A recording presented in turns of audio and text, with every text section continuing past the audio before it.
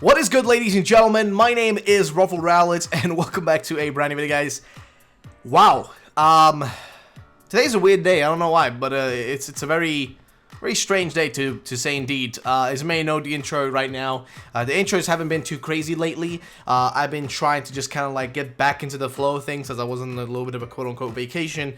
I've been trying to get back into the flow of things. So if my intros aren't like as, you know, wacky and whatnot, it's because I'm just trying to get into the flow of things. And right now I'm just kind of like trying to stay low energy, because I will need all that energy very soon, guys. We are only like, what, 2.5 months, give or take? Yeah, 2.5 months away, literally, from the release of Pokemon Sword and Shield. So yeah, but what do I have for you guys today? Well, I have a brand new rumor that popped up, guys.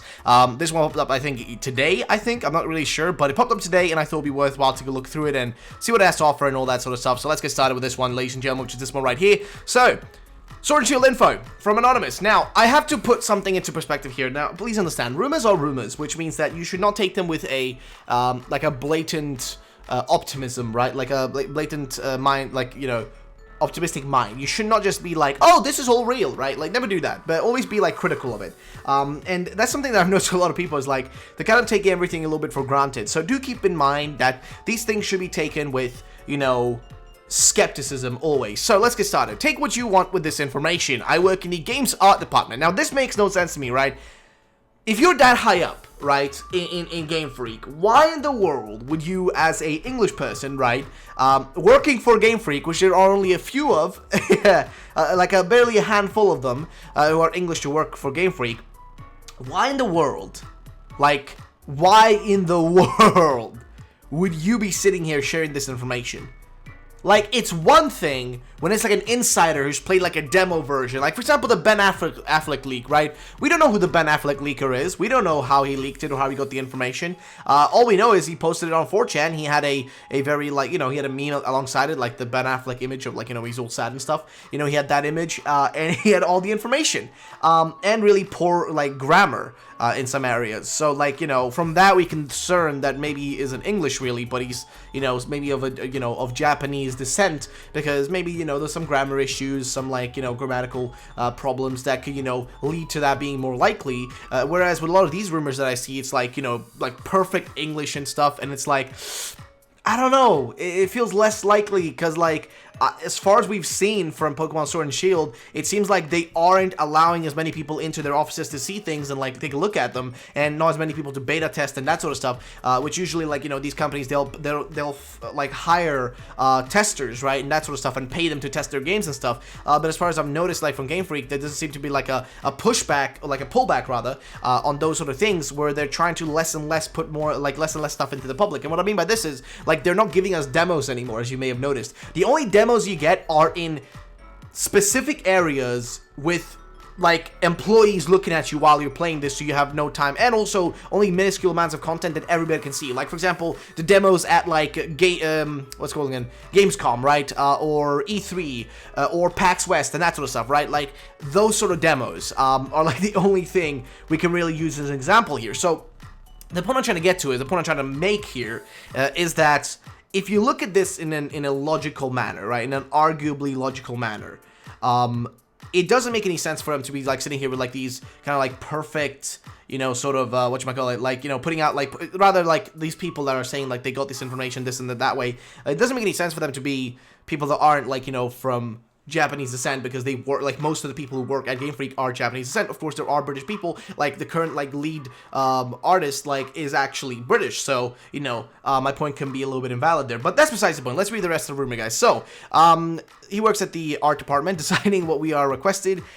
I'm not going to say more than that, so I don't run the risk of being fired. Now, final starters. Rablaze looks very humanoid and is a fire-electric type. Biatonga, which is a giant monkey who beats on its wooden chest as a drum. Okay, that could be pretty interesting. Though I want it to be small, and I don't want it to be a gorilla, but whatever. You know, a giant monkey, rather. And then we got Inteleon, which is a chameleon spy, as the Affleck leak said. Gigantamax forms is Kanto. You've got Charizard, looks like an X-Mega form. But will But with, wait, will red flames, wait, I think he meant with red flames. Also, maybe he's got a few grammatical issues. That's nice.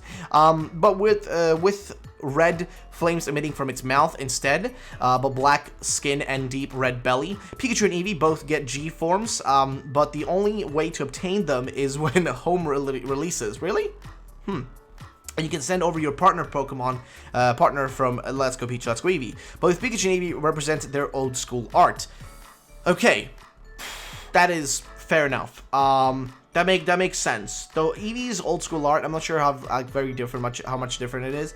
Either way, next one. Gengar, kind of like its Mega, it has a red gem in its forehead, but kind of becomes a spider with 8 legs covered in spikes. I believe its max move sets up with toxic spikes. That seems very odd. Like that seems like very strange for Gengar. Like why would Gengar look like a spider? Am I missing something? Or, like, has Gengar ever had, like, any implications with spiders ever in the past? I think, I don't know, maybe I'm missing something. Machamp, a lot of arms, steam emits from its body, kind of like in Pokken. Okay, so, fair enough, doesn't seem too odd or too strange. And then for Sinnoh, we got Infernape, perhaps the coolest form of them all. It resembles a Black Knight, but you can still see that it's Infernape. Ironically, it fights with a sword and a shield. There isn't a form for Totara and Polion, a sign of remakes. We weren't told how far ahead yet. Now, this actually sounds really cool if this is true, right? Now, what he means here by, like, sign of remakes is that, like, if you guys remember with X and Y, when X and Y came out, they actually featured Mega Blaziken, right? Like, there was Mega Blaziken in those games. And this was a way to hint that the next games were going to feature Megas as well, but those next games were going to be remakes of Generation 3, where Blaziken is from, which is Hoenn, right? So that's how they hinted at it. And now that Gigantamax forms and Dynamax is like the new gimmick, right? The way Mega Evolutions were a new gimmick. The way they can, like, hint at the next remakes is by having only one of the Pokemon that are starters from that generation, for example, Infernape in this you know, situation, being, like, actually the only one to get a Gigantamax form this time around, which would actually make a lot of sense, you know? It would actually be really logical. Now, I'm only going to tell you guys about the 3 starters, or actually, yeah, so... I'm going to talk about the 3 starters as I have worked closely on some forms for new Pokemon. In Teleon, Sobal's final evolution, its tail becomes long and pointy. The hands and feet become bigger and it can grow a cape. That actually sounds pretty reasonable. Betonga, which is Grookey's final evolution, goes from obese to a thin monkey. Oh, that actually sounds great. And incredibly more feminine. Not much, okay. As well as its rock typing, can use its hairpiece during its max move as a flute to lure the Pokemon to sleep. Okay.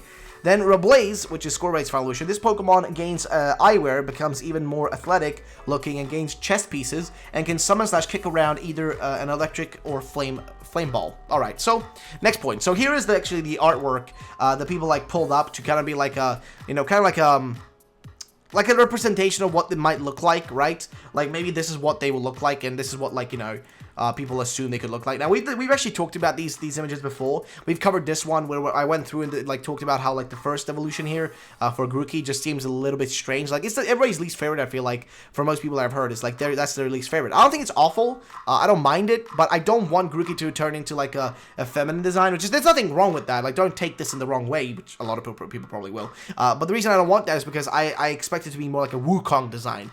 This design isn't bad. It's just not what I kind of want. I don't want it either to be like a bulky, big, like masculine, like, you know, gorilla, whatever. I want to be more like a Wukong, like almost more like Infernape, if I'm gonna be honest. Like that's kind of more the style I want for it, rather than it to be like a masculine, big, chunky boy, which I do not want to see. Then for your boy Scorbunny here. The design is pretty cool, actually. It seems pretty reasonable. It's got like an eyewear type design. Right there, you can see that. Not actual eyewear on it, but kind of that sort of style. The art, of course, on this was pretty good. The actual shading was great, like really, really good. But the problem was, though, the overall designs all seem to be very slim. And I talked about this in my previous video about this, and a lot of you guys agreed with me that it makes no sense for them to have all the Pokemon be slim. It usually kind of follows a pattern where every other Pokemon, like, you know, in each generation starters, the evolution, or at least one is always a little bit chunkier, right? Gen 1, you know, Blastoise and Venusaur are both chunky, while Charizard is more thin, right? Then in Gen 2, you know, Typhlosion's really kind of like more skinny than, like, you know, Feraligatr is more skinny, while, you know, Meganium is more like, you know, thick and whatnot. Then Gen 3, you know, you've got Swampert that's thick, whereas like Sceptile and Blaziken are more thin. Generation 4, You have like, what is it, Torterra that's big, and then Empoleon is also kind of like stuffy, but then you've got like Infernape that's really thin. Then you got Generation 5, where you've got like the same thing happening there as well, you know what I mean, like thin, thick, thick, you know what I mean, or thick, thin, thin. It's basically, the point I'm trying to get to is that each generation kind of like, there's always like more like some thick Pokemon. There's never like 100% like thin Pokemon. I think that makes a lot of sense because the thin designs just don't always look the greatest. Like even with like, this looks to me, right, this like version of Grookey right here, it's cool, but it looks way too humanoid to me. Like, yeah, sure, Pokemon, there are Pokemon that look humanoid, but this is so humanoid that it's just kind of disturbing. Like, I don't know why, but this just doesn't look right to me. Like this is too humanoid. It just, I don't know. I would not enjoy that, like, you know, to have like that as Grookey's final evolution. Whereas with this one down here for Sobble, looks actually pretty cool. And even for Scorbunny, this looks pretty cool. Like, you know, these look great. This one though is kind of more interesting. So this one is actually really, really good. Now I think this one's proven fake. I cannot remember exactly. I think the translations proved that it was actually fake. But these designs here are really, actually really, really good. So the first one, of course, is from Sobble, which looks amazing. It's like a chameleon design. You know, you can see the long ass tongue, the tail kind of like twirling in, a chameleon type design, which is great. Which is kind of follows the theme of it. Scorbunny looks great. It's got electricity on it, which would imply that it's going to have fire electric, which is cool. And then finally, of course, we have Grookey's big chunky boy, who looks a little bit odd. And this is the one that I designed. Like, it looks good. Like, it looks good, but it's not what I want. I really do not want it to be chunky. And I think some people agree with me, but a lot of people have a different opinion, which is totally fine. But the point I'm trying to get to though is these images were included to kind of like allude to maybe the possibility of this rumor being real, which is always a possibility. But as I was mentioning at the start, which may get a little bit diluted, the point I'm trying to get to is that there are more Japanese people working at Game Freak, and it seems unlikely for the, like, maybe the 1 or like 3 or 4 maybe potential American or British or, you know, foreign employees there to just casually be like, guess what, I'm gonna leak like sensitive information right now. Like, the more likely situation is that this was leaked by somebody, like somebody inside, you know what I mean, who was playing the game as a tester or something, which there are a lot of people who do. They do need to hire people to test their games and find bugs and glitches and all that sort of stuff, which they tend to do. Or this was leaked even maybe by a Japanese employee. This could have been, you know, if this is real, it could have been leaked by a Japanese employee who gave it to a different person, right? Because a lot of times, people that are inside these companies, they want to leak stuff, and they do leak it, but they leak it to a source who then leaks it to another source, and that source puts it out into the public. So there's like a bunch of middlemen before it gets to us, right? So that's always a possibility. Please, I think a lot of people misunderstand the start of the video. The point I'm trying to make is that, like, you know, majority of people who work there, you know what I mean, and like, you know, when these rumors come out, some of them just seem to way too perfect, which seems a little bit odd. Like, way too perfect English, whereas the one with Ben Affleck, the English was broken, which gives me more the feeling that it was maybe posted by somebody who actually did work there, you know, who might have worked there, because, you know, if they're Japanese, since Japan isn't really well known for having, like, you know, an English-speaking, like, you know, whatchamacallit, society, right? Like, not many people there speak English. You know, Japanese is the first language and the main language that you speak there, whereas in other countries, like, for example, I don't know, Sweden, for example, or Denmark or Norway, you have a lot more like English-speaking people, whereas, you know, in Japan it's less likely. Same way if you go to China, you're not going to, you know, run into that many people that actually speak English because it just isn't the main language. Whereas if you go to something like, I don't know, like maybe Germany, maybe, I don't know, something like that, you might run into more English-speaking people. The point I'm trying to make is that, like, you know, Japan in particular just doesn't have that many English-speaking people in general. It's just more Japanese in, you know, in a simple sense. So it makes more sense that if we do see a broken English one, it could be an actual employee, whereas if it's a perfect English one, it could be, if it's real, then that person got the information through different sort of sources, and it's unlikely that this is one person that actually worked as a game artist. So I don't know.